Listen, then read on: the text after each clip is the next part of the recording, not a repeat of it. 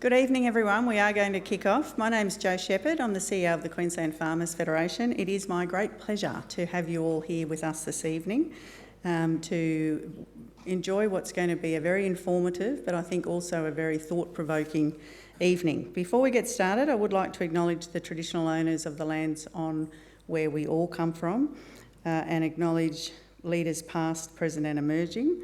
As part of the Evoke Ag program of events, CarbonLink are bringing US documentary maker Peter Byck and his Roots So Deep documentary on a first-time tour of Australia.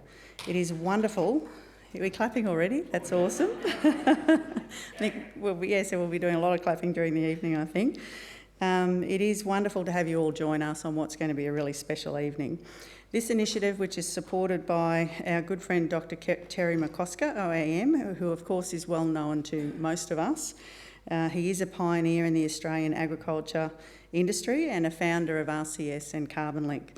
QFF are proud to be working with CarbonLink as a corporate partner, and we really appreciate them continually giving of their time and their expertise to help our peak body members in the ag sector understand more about the carbon market, but also the importance of soil health and how farmers and scientists can work together to build a path to solving climate change issues whilst also preserving food security and a strong future for agriculture. So I think that deserves a round of applause. So the documentary, with nearly 100 million views worldwide, the documentary is having a significant impact in bridging the gap between traditional and regenerative agriculture, and in doing so is creating momentum around sustainable farming practices and how they are viewed from both sides of the fence. Directed by Peter Byck, who is a professor at the Arizona State University, the film offers a unique perspective on the intersection of traditional and regenerative farming practices. This evening we're going to watch the first part of the documentary, then we're going to break for a short intermission, then we're going to come back and watch the second part of the documentary, and at the conclusion of that we're going to have the great pleasure of having Terry and Peter up here on stage, and they're going to share some of their insights around the documentary, but also an opportunity for everyone in the audience to ask questions. So make sure when you're watching the documentary you make a mental note of the thoughts that you are having or the questions that you would like to ask. I think the evening's not going to be just educational. It will be a conversation starter about the future of farming and hopefully a conversation that leads to action as we continue to work together to address some of the greatest challenges of our time in relation to climate change, community resilience and balancing productivity, sustainability and profitability. As we watch the documentary, we do ask that there's no filming or photos of the film taking place. No food here in the auditorium, only bottled water. There will be some light snacks that you can eat outside when we break for intermission. The restrooms are straight across from this door, just there, and there is a water bubbler up the other end of the this floor if you need to access some water. If you would prefer not to be captured in a photo or a video of tonight's event, if anyone's not wanting to be on screen, please see the staff if you haven't already about opting out, and you'll be provided with a red sticker that you can wear, and they will ensure that you're not included in any of the final material. So please, if you're uncomfortable about that, feel free, see the staff, and that's absolutely fine. If you're the other way inclined, you want to be in everything, you'll just have to make that happen yourself. So I can see a couple down here that, maybe I'd suggest a red sticker for. No, I'm kidding. So I think we can now settle back and view the first part of the documentary. So relax, soak it all in, and as you do, think about what questions you would like to ask of Peter and Terry at the end of the film. So I think enough for me for now. I, of course, will be back at the end when we have the fascinating Q&A session.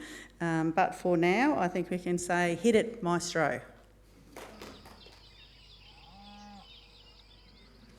So I think one more round of applause. Isn't that brilliant?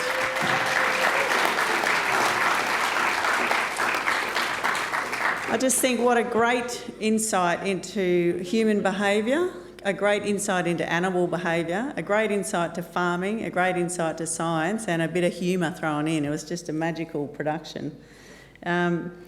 Terry and Peter, when you're ready, we might just have you seated at the front. And I do want to take the time just to read through the brief bios that I have of both Peter and Terry, because I know many of you will know Terry, some may know Peter, but I just want to give a sense of the experience and knowledge of the two gentlemen that we're now going to be able to hear from. So I'll start with Peter while he's getting organised.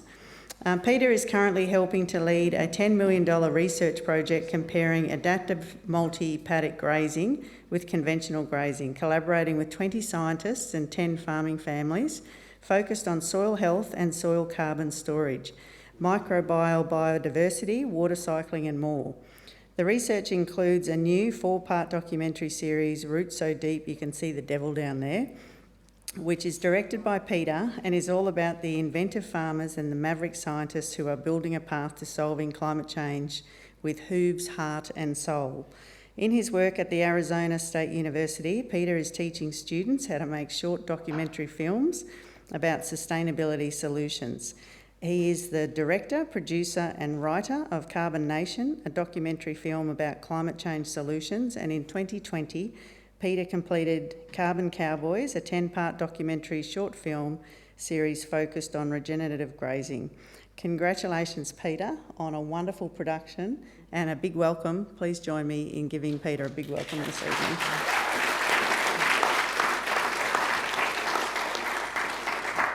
Now, Terry McCosker, many of you will know Terry McCosker OAM. Terry is known as one of the greatest innovators in Australian agriculture. He is committed to bridging the divide between traditional and regenerative agriculture and ensuring the resilience of family farming enterprises. With over 55 years in research, extension and property management across public and private sectors, Terry has published over 40 papers. In recognition of his contributions, Central Queensland University awarded him an OnDoc for agribusiness in 2015, and he received an OAM in 2021 for services to agriculture. Terry is a Churchill Fellow, a Fellow of the Tropical Grassland Society, and has chaired the Australian Beef Expo along with a number of advisory committees.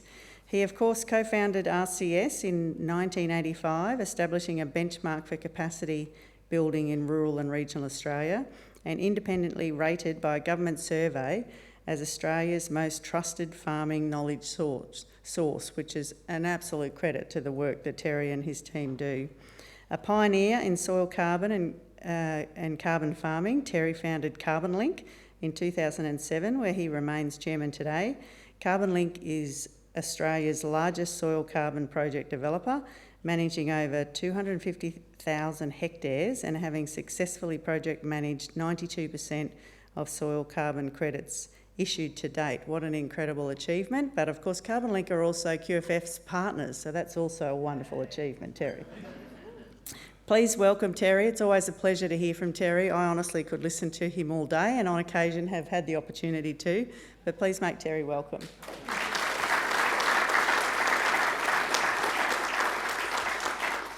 So I'm just going to kick off with a question to Peter and then one to Terry. So please get your questions ready, and also those who are joining us online will also have the opportunity to send in questions.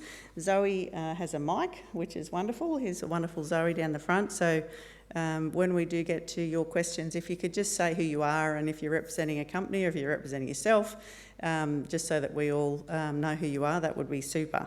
But I just wanted to ask you, Peter, a question just to start with.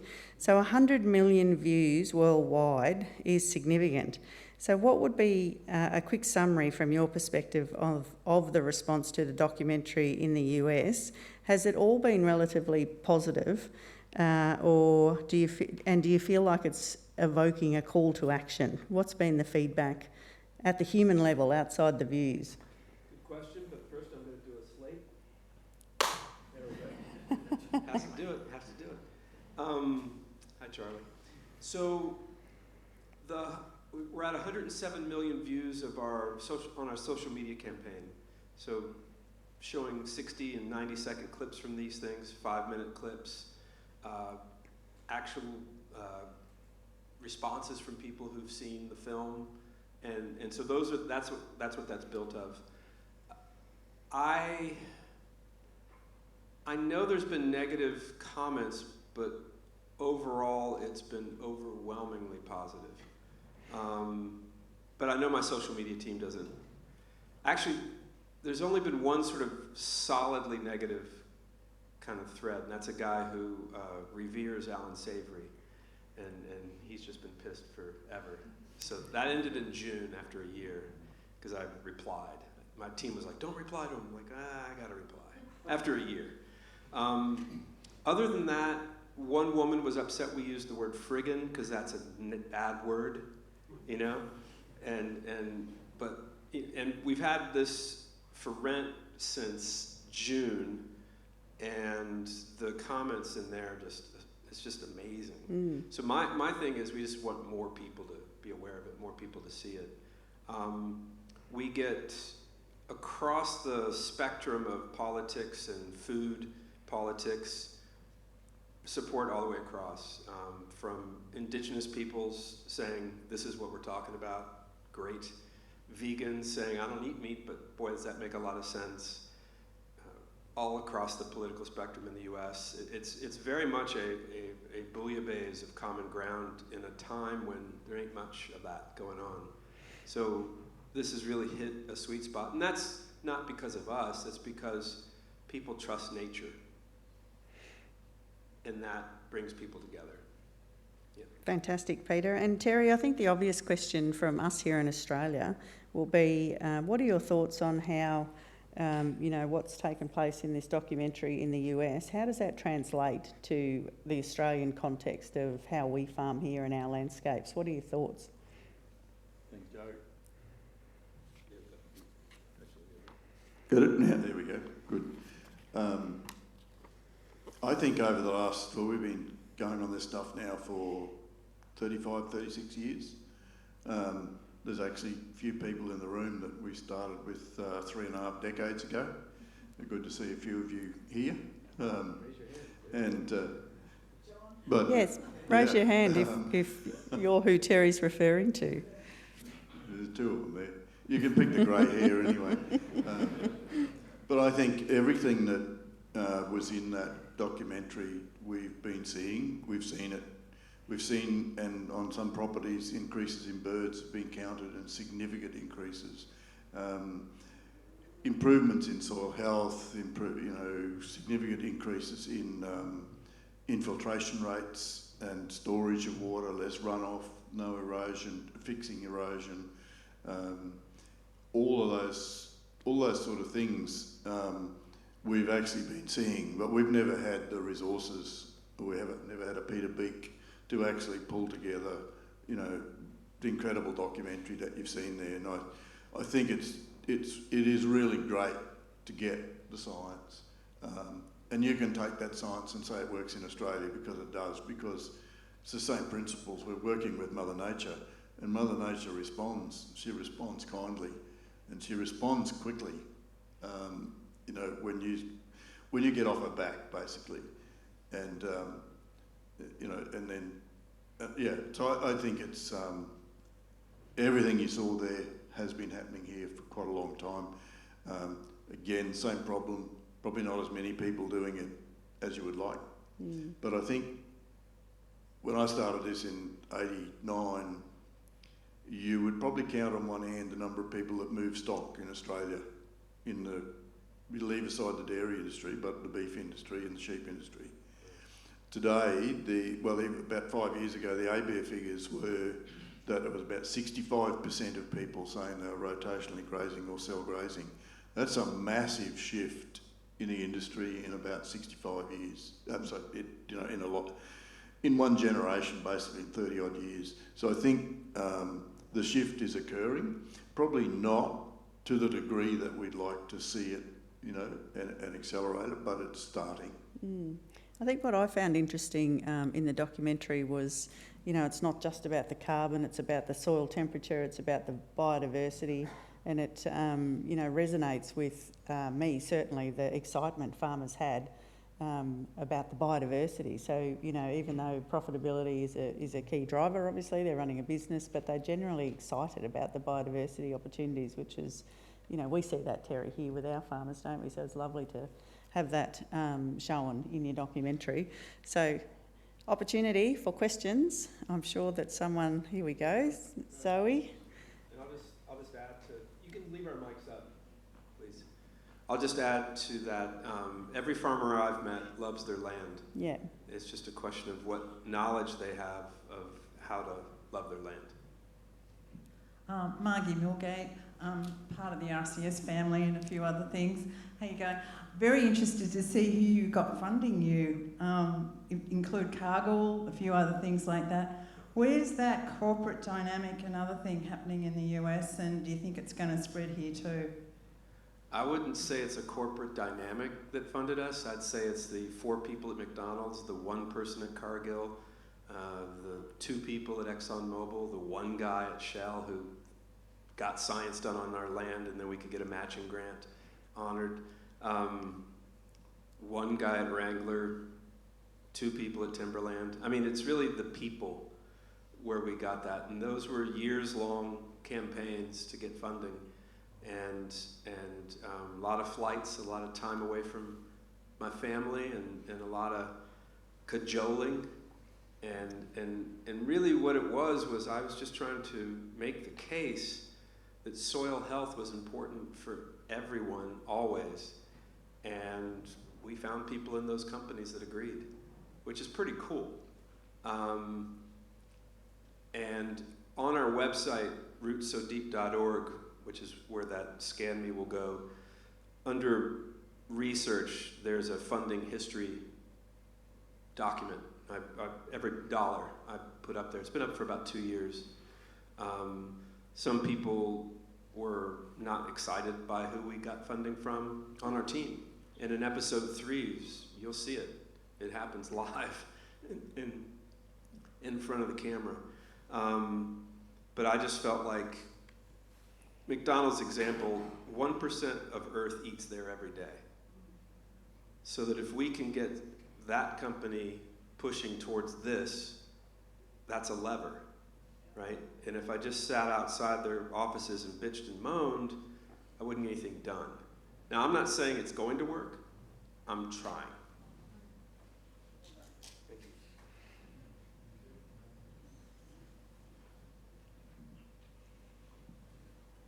you. John Whitfield. I'm one of the dinosaurs that arrived just after the last ice age. A lot of the biodiversity and the energy, in fact, is from the animal on the surface. So, and a lot of it's around ruminants, in fact.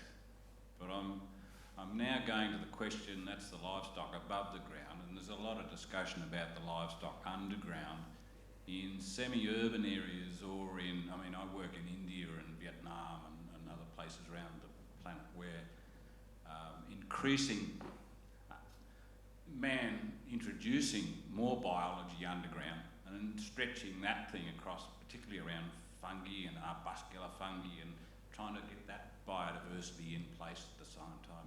What is both your thinking about the artificial introduction? As we go to market, we buy our cattle.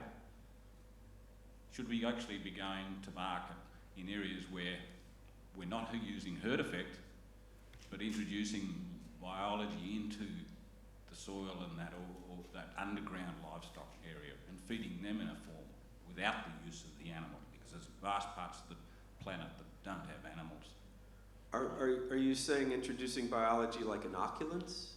Inoculants, or actually the biology themselves. I mean, or feed them better. I mean, there are products around that can be sprayed on, basically, and in that space. But it's stretching away from the ruminants playing a primary role, as they play an important role, as you're demonstrating. I'm sorry, can you give me like an example of what you're talking about? Oh, there are. If it's not ruminants, is it? They're biological sprays. You can spray a paddock with biology. So it's bacteria, it's fungi, and all these other components in a drum, basically. But in effect, we're bringing in underground livestock, whereas you go to market, you buy your cattle to do the same effect. But there's many areas where cattle aren't appropriate. Herd effect with cattle isn't appropriate. So in places like India, for instance, or even in certain urban areas, is there scope to introduce biodiversity artificially in that form and getting some effect from it? I'm just curious, you're saying in India the herd effect can't be used when they've got more cattle than any other country on earth, but everyone's a smallholder with 1 or 2 animals in a small piece of land, and everyone's sort of fighting for that blade of grass. I've always wondered in India if you could organize communities to put all their animals in one herd for a common amount of land so that they could take advantage of this type of grazing where everyone benefits, and many of the folks wouldn't have to be managing they could each take a rest for managing their cattle.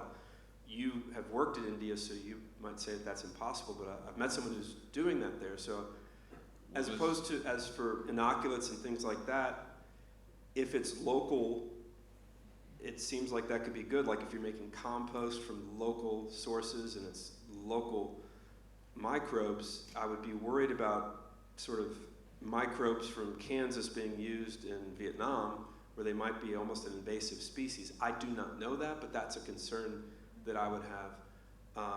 I've been told that there's sort of 15 to 30 microbes that are kind of everywhere in the soil on Earth.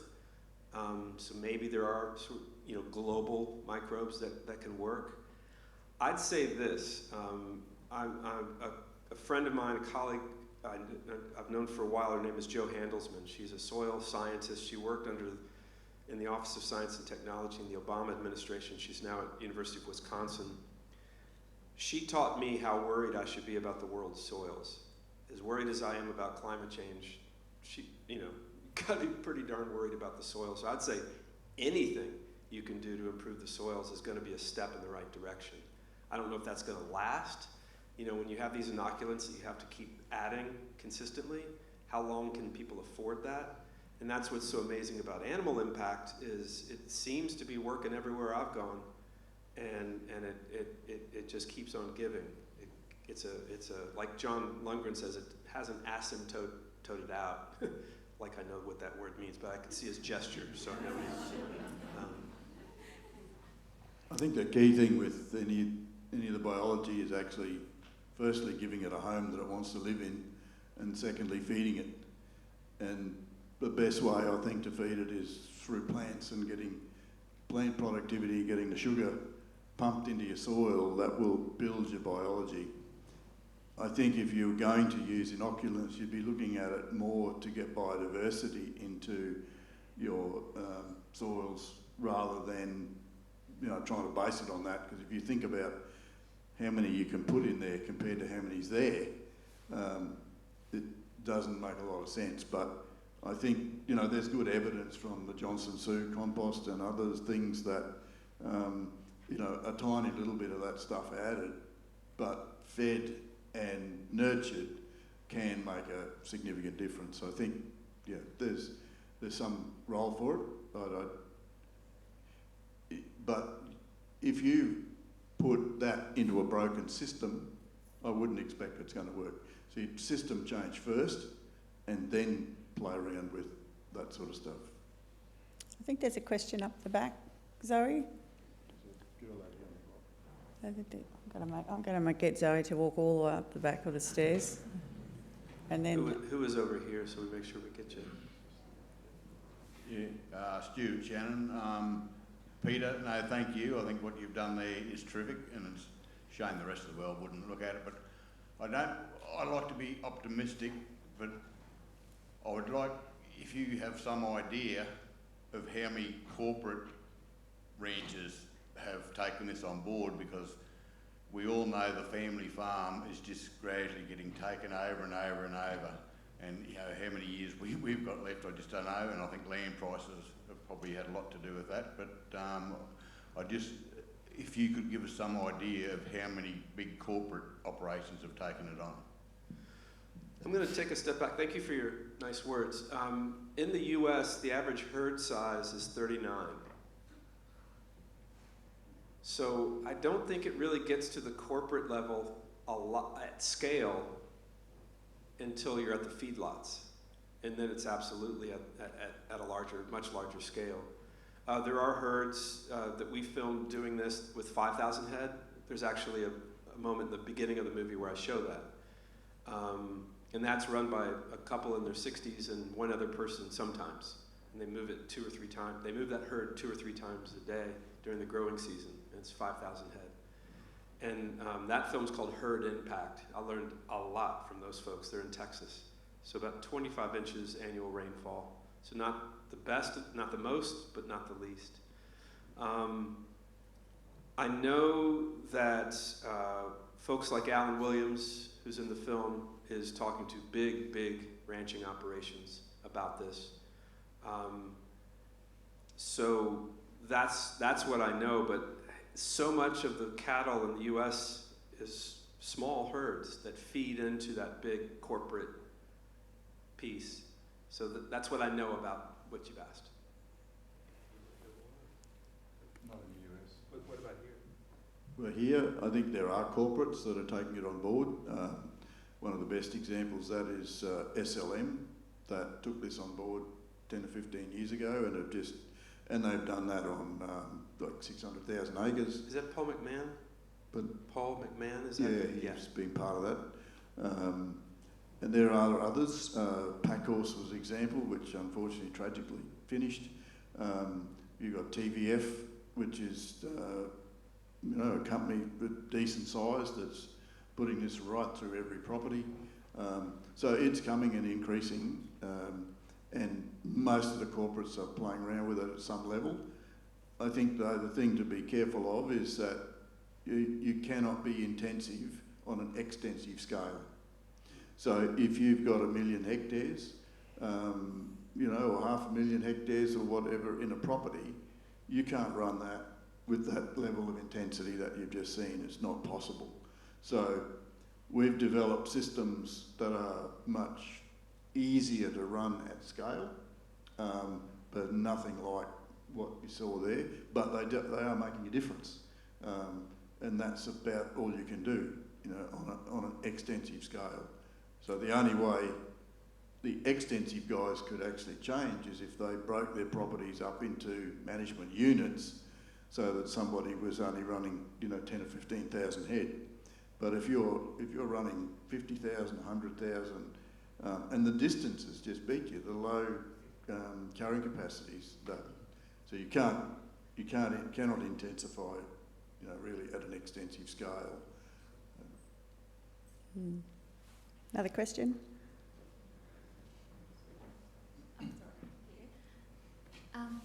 Hello, my name's Nadine. I know nothing about farming. I'm just a random lawyer who thought I'd come along tonight to learn something, and I did. So thank you for creating such a compelling and interesting film.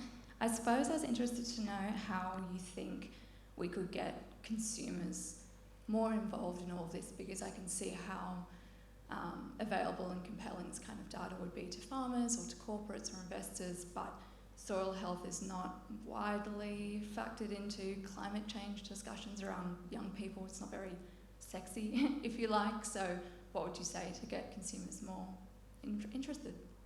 Well, thank you for being here, and you came. How did you find out about this? I can't actually remember. I think I'm just quite involved on the library's page, and I saw this come up and thought, yeah, this seems a little left of field. I should go. I should learn something. Nice. And you did a great job. So thank you. Yeah, and you see me here, but there's a whole team that did that work. I'm just the one with the microphone. Consumers are a big part of what we know will be the driving force to get this known. We think that human health and soil health, making that connection, because it is a connection, what you are, what you eat, things like that. Thank you for coming. And you're awake still. All right. Barely? Yeah, okay. And so I think that's going to be a really strong connector. And with our social media campaign, there are a lot of folks who are not farmers who are participating, who are following us. We're just closing in on 700,000 followers, and that's in an 18-month period with no ad buys, just all organic growth. So it's happening. We've got ideas of how to get it bigger, and just to get the knowledge out there, right? Because when I heard about it, I couldn't stop thinking about it, and so I'm hoping that it'll have that kind of impact. Will you think about this tomorrow? That'll be interesting to find out. Let us know. Join us at Carbon Cowboys. There you go. So at Carbon Cowboys is our social media handle and all the socials, but I'd be very curious to see, does this resonate? Like when I've seen a movie I really like, the next day I'm still thinking about it. That's kind of how I know. So I'll be curious to see if it does that and how you choose to buy your food. Will you go find a farmer who's growing food the way you like it? Will that be something that you consider? Will you consider if the food costs more in a dollar basis at that moment, are you saving money in your healthcare costs? You know, the idea of putting your healthcare costs and your food costs in the same bucket, does that cheap food stay cheap? Now, you all have universal healthcare here, correct? Everyone, yeah. So that might be more of a US kind of thought because we don't. But I don't know, do you also have out-of-pocket expenses for your healthcare? Mm-hmm. Okay, there you go. So I'm sticking with it. So those are my thoughts, consumers. Yeah, I think the latest research is showing very, very clearly that soil health is what drives nutrient density in any food you eat, whether it's a banana or a tomato or a piece of beef or a bit of mutton or whatever it is. And that nutrient density is determined by the biological activity in the soil. And so I think, I don't know how to do it, but I think that's the way to link it. I agree totally with Peter that it's understanding that that health of that soil is affecting your health and everyone's health in this room, quite frankly.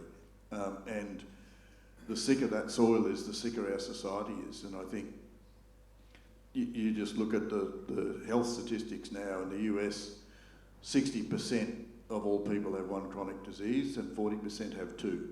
Australia's on the same track, because 40% of Australians have one chronic disease, 25% of us have two chronic diseases or more. We're on that same trajectory. We're number one. And yeah, but it comes down to what we're eating and how that's been grown and the way we've run agriculture has actually produced poorer quality food. But the problem then is what people do with it when they start processing it. Like, so the way to handle that is just don't eat that stuff. City Farm. Market Sunday mornings from 6 to 11, and you'll find those farmers and they will tell you about how beautiful their soils are. So we've got 4 questions lined up. So we've got the gentleman here, the lady here, gentleman in the middle, and then one over here. Zoe, you're busy. I'm Andrew from Dragonfields Farm. This is Megan, my partner. We have 8 acres.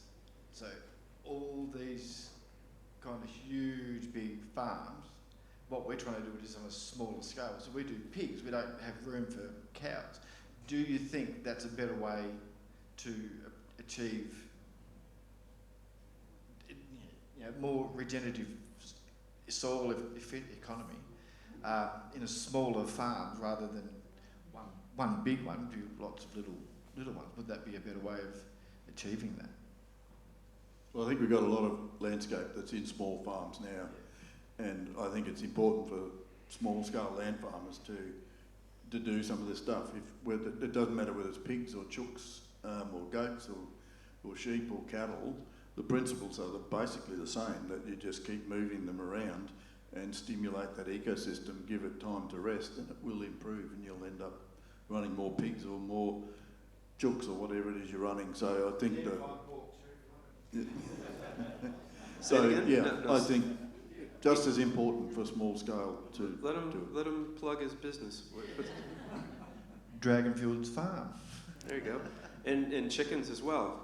Yeah, we have chickens, ducks, pigs, and some lettuces at the moment. Sounds great. And quail everywhere if they want to come hunt. No hunting on ours. How are you doing? How's it working for you? It's messy. It's a long, slow slog. We're learning a lot every day.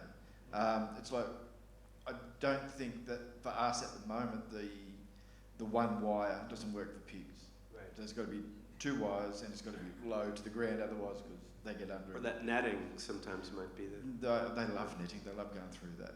Okay. Yeah, they love it. I'm Megan from Dragonfields, as you heard.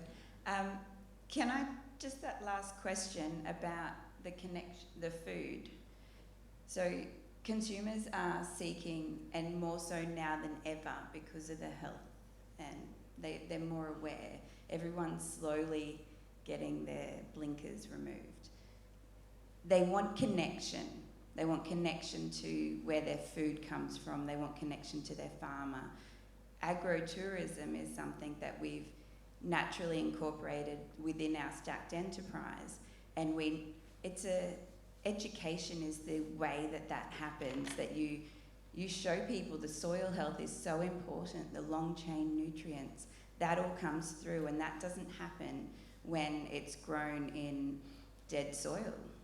And we get families through, and you should see the children are into it, and everyone's down and they're pulling out, they're having a look and they're looking at the roots. And where we came into this after seeing The Biggest Little Farm, so we knew straight away we wanted to be regenerative, and we wanted to share that passion because we were already educators. But agro-tourism is something that any farm at any size can incorporate, whether it's once a quarter, once a year, whether it's multiple farms join up and they do runs where you go from this farm in the morning, this farm at lunch, this farm at dinner, and it's collaborating, creating community, but that connection comes naturally. But then you also light that spark in people where they then see they could possibly do something like this, or their choices when they're eating make a big impact on our planet. And that's all through gentle education, because unfortunately the truth is hard for people to swallow, and it's causing a lot of issues. But yeah, you can do it with stacked enterprise, other people running animals on your land. If you don't have land, you can run it on other people's and make a lot of change, but a lot of people don't know it's possible. So this is brilliant. Thank you to the whole team. Thank you. I like gentle education. That's a great phrase. First of all, thank you very much, Peter. I think that was a fantastic film, and I think your social media stats are pretty amazing. So I've sort of got a double barrel question. First of all, it's for Terry mainly. How beneficial would it be for Australian audiences and consumers to be seeing Reach So Deep? Or do we need an Australian version of this? And the second question is, how do we do this in Australia? How can we get a documentary just like this? And do we need Peter to come and do the filming and then use all the examples here of case studies that Terry knows about? Yeah. It only takes 10 years, raising $10 million and 10 million random scientists. I would love every Australian to see those movies, and a few others that have a similar impact. I think Australians will watch US movies and we will take the message away from it. So I don't know that we need to actually repeat the whole science exercise here, because we've already got some momentum. I think it doesn't work the other way around though. If you took an Australian movie to the US, it wouldn't go anywhere. But we're used to listening to the accent, so... A lot of Australian movies have done be very good well. for many, many more people, right through to consumer level, to start to understand that there are improved ways in which we can do things. Bobby here, another of the dinosaurs from around. What really has lit my boat is people that have been doing it for a long while get excited about the improvement, but it's the diversity that comes with it. My little part of the world, I went from, I believe, about 2 bird species to over 67 of changing things, in a fairly, less than 10 years. What I was really impressed there was you pulling the team together and getting the science. Towards the end, when the farmers were getting there and you could see the conventional ones getting confronted, what I was really impressed with and probably wanting to ask you was support to get them to start the change. with Alan and that I, having tried to encourage people to change, the biggest difficulty is taking that first step and succeeding. So I was just wondering at the end of the movie how that seemed to make you change and what your experience there was with it. I'm not sure I heard the question correctly. It's the support that you gave to those conventional farmers that were starting to change. Are you asking a question, or are you just making a statement that we did that, or No, or was that thought? Did we think that through, or did we plan that? I'm just not hearing your. I'm sorry, Alan. Well, I believe that you did plan it. What I was wondering was your experience of how that support gave those farmers confidence to do it. I got you. All the farmers, had to sort of suss us out. Like, who are we? Why are we there? Are we there to blame them? Are we there to make fun of them? Things like that. Pretty clearly early on, they knew that that wasn't the case, that we were just there to be helpful if it was helpful. One of the conventional farmers, even before the day we met her, Marie, the woman who was crying about not having grassland birds on her land in Kentucky, she went all the way down the road. She's like, what are you going to do with the data? And I said, the data is yours. And she goes, well, what if it shows we can improve? And I said, well, then we'll help you if you want that help. And just hearing her ask that question before we even started, that was the day I met her, was really encouraging to me. It showed me that there was a lot more potential than I knew. And then I talk about in the movie that when the neighbors were, curious rather than judgmental, and that continues in episodes 2 and 3. It was curious rather than judgmental. And that's a huge opportunity when you realize they're just too polite to ask. They don't want to get in their neighbor's business, and the adaptive farmers too polite to tell. They don't want to tell someone what to do, especially most of them were first generation farmers. We gave them time, we gave them space, we never were pushy. I think that helped a lot. Wallace says that, quite frankly. But I was pushing inside. Like, I really wanted them to hear that this was a benefit. I knew it was a benefit. I didn't know if it was going to be a climate change benefit and all the data that we hadn't analyzed yet, but I knew it was a benefit for them. And they're just, like I said in the film, they're just cool people. And so I'm not a scientist, so I don't even know why science has to have this, but supposedly you're supposed to be objective and all that stuff. Objectivity doesn't exist on Earth. Journalists who say they're objective, they're not. They can't be, It's like in a newspaper. Did they put the article on the front page above the fold, or is it on page A16? Those are all decisions. So I didn't try to be objective. I just wanted to see if we could be helpful. I mean, that was the whole point. But it was really the data, specific data to a specific farmer, right, that made them want to change. And then something that's not in the movie, because I just didn't know how to, it's kind of in the movie, but it's really important. When Wallace and Cooper had that conversation on the porch, and then I went back a year later and they hadn't talked about it, I was disheartened. But what I didn't know then, but I found out 2 years later, was Wallace did that electric fence during that year that I thought they weren't talking. He went out and did that almost immediately, and then split it, and then grazed that field for the first time in 4 decades. So that conversation had a deep impact on Wallace. He just didn't tell anybody.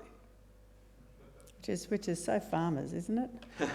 Now we are running out of time, and we've got 3 questions waiting over here. So 1, 2, 3. Zoe's there with the mic. So if we can be succinct, that would be super. Hi, my name's Jodie Armstrong. I come from McLaren Vale in South Australia. 35 years ago, I worked in Tasmania, and the big thing that we were doing then and up through Victoria and into northern New South Wales was cell grazing. So that is no different to what you're advocating now. The difference that I see between then and now is that you've had the opportunity to put the science behind it, which makes for a very compelling argument. Today, I work in viticulture, and in most viticultural areas, there are no fences. We're starting to fence so we can use sheep in some of our paddocks, but it's not viable for many growers. So when I start thinking about your calculations, not every farm and every piece of agricultural production is actually suitable for livestock. So I think that's just something we need to note and think about on your global statistics. The other thing is, all of your properties have high rainfall, or what I would consider high rainfall being Australian. Yeah, I think that it would be great to see you do something in some low rainfall areas. That last slide is we're up in the northern Great Plains now doing the same research. So it's much drier, much cooler, much shorter growing season. So we're going to see that kind of thing, yeah. And yeah, not every place is right for cattle, but the animal impact can be most places, I would suggest.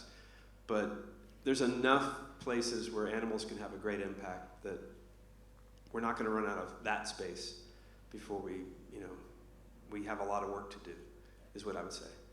A lot of potential. All right, sorry, really quick. Firstly, thank you so much for putting all that together, and it's so insightful. I'm sure all of us will walk away from here this evening with new things that we want to try and incorporate. Really quick context about myself. I'm second generation of the farm. Little guy next to me will be third. And like all these guys, I have a life outside the farm, a life on the farm. And it's extremely difficult trying to juggle both of those. Did something just happen? Yeah, no, I think that. Are they going to start vacuuming? Go quick. Okay, quick. Really quick. So my big question, just on my farm alone, it's quite fascinating because I've got the situation you had filmed here on my own farm. So one half brother just stuck his ways and he wants to do what he does. I'm on a much smaller section, much smaller herd, but divided up into 7 pastures of say 5 acres each. And the difference visual is night and day, right? So my big thing that I've been wanting to do for a long time is write submission to either local or state government and just request, say, hey guys, here's the science. It's a great way to sink carbon to the ground. Why the hell are we giving kickbacks to mineral resource industries? Shouldn't that money be going to farmers? And so I've been kind of toying with this for quite a long time. How can I go about submitting that? What's sexy to government that sells that story? You know your own government. Yeah. Thanks for I think the problem we have with some of the government schemes at the moment is that it's very, very hard to make them work economically on small scale. But my belief is that every farmer should be putting carbon into their soil whether you ever get paid for it or not. And I think that it's, you're going to get production benefits, water benefits, drought benefits, all sorts of stuff out of it. So I think that's what you should do for first and foremost. And I think that on small scale, unfortunately, the way it's set up in Australia at the moment, it just doesn't make it viable for you. But I just go and do the right thing and put the carbon in there anyway. Don't worry about trying to get paid for it. It won't add up to much compared to the effect you can get on your landscape. Well, what a fellow named Doug Peterson taught me was when he doubled his carrying capacity, it was like getting a new free farm. So there's going to be benefits. And if he likes it, then that's a great benefit. Do you like it? Do you like farming? Yes? All right, cool. Hi there, Peter. Matt Edgerton-Warburton from the Malone Institute. Wonderful piece of work, congratulations. Reminds me a little bit of Al Gore's video on climate change. I think it could be that amazing. So well done. Thank you. And 10 years vision, what a brilliant legacy you've left. I want to talk about how to do change. This is a great video to bring about change. Another thing that you could bring about change is how agriculture is taught in our universities. You're an academic. And I was a bit depressed by the academics on there talking about how narrow their fields are getting and that type of thing. And what this is all about is a holistic view of science and how to manage a landscape. Is there change taking place in how ag is taught in universities in America and maybe in Australia? And if not, why not?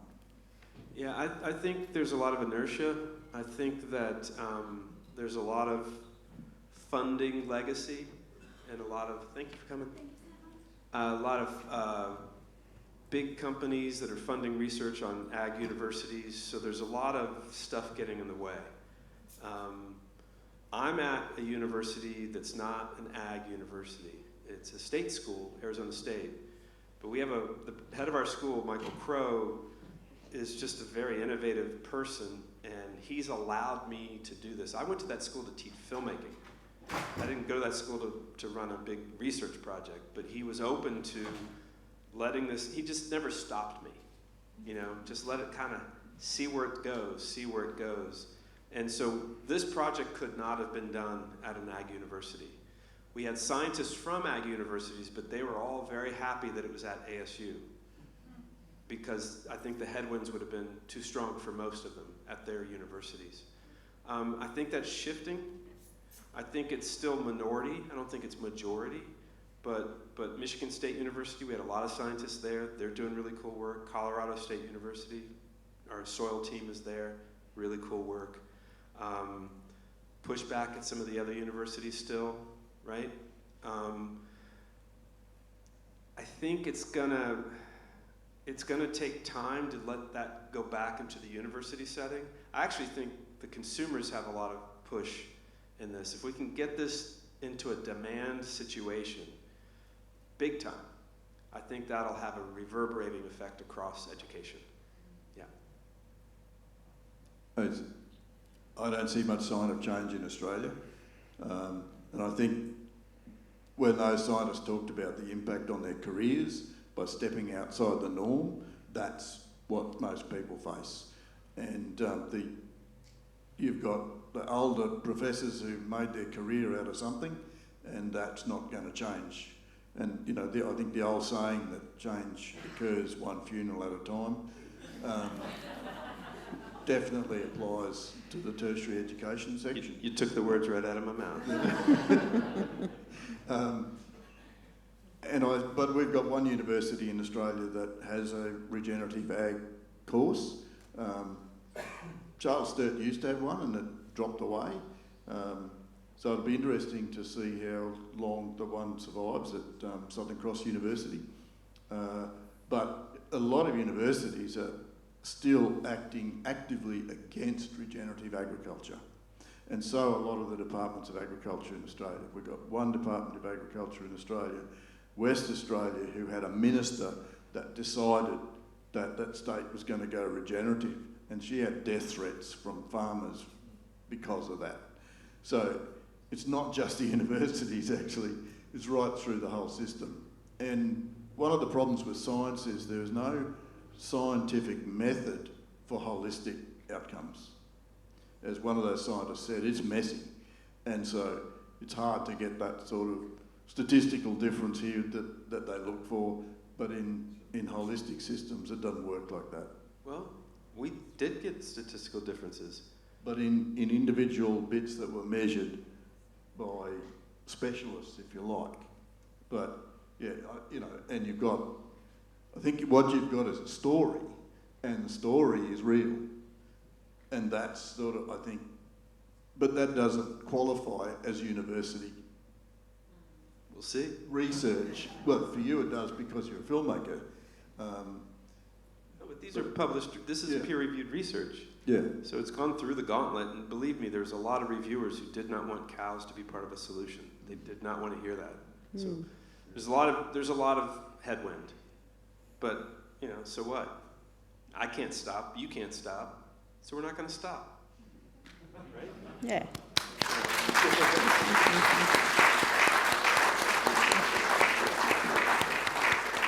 We are unfortunately out of time. Terry, are you still thinking about going down to the pub for a drink, or you? Is that still? It's closed. It's closed, so that's off. It was. You've been a wonderful audience. We do just have a couple of people we wanted to thank, but I wanted to thank you guys. You've been very engaged and you've been a wonderful audience. So, yeah, give yourself a round of applause. I'd also like to thank AgriFutures Australia, Evoke Ag, of course RCS, my QFF team who have been really enthusiastically involved in this documentary, I could see, and also really enthusiastically promoting this event tonight, so thank you. The RCS team have been fantastic as well. Please give them a round of applause. The Brisbane Economic Development Agency, SLQ, the CarbonLink team, our RCS team, family teams, Carbon Cowboys, and our two guest speakers tonight, Terry and Peter. You've been absolutely brilliant. Zoe,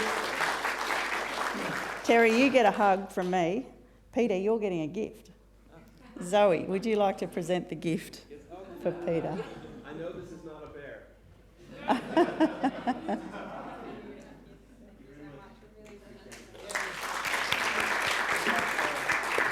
So thank you all for attending. I think there's been so many positives and actions drawn out of tonight, so let's keep the momentum going. It's certainly been more than just a conversation starter, I think.